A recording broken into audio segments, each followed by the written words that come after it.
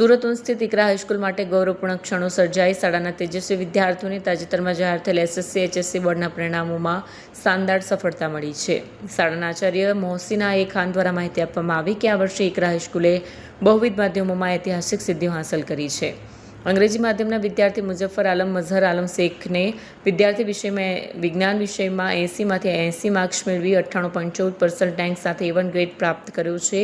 હિન્દી માધ્યમ તઝમીન બાનુ મો જાવેદ શેખે આંકડાશાસ્ત્ર વિષયમાં 100માંથી 100 માર્ક્સ મેળવી 99.41% સાથે A1 મેળવ્યો છે અને સમગ્ર ગુજરાત અને સુરત શહેરનું નામ રોશન કર્યું છે. બંને વિદ્યાર્થીઓએ તેમની અનોખી સિદ્ધિ બદલ ટ્રોફી આપી સન્માનિત કરવામાં આવ્યા.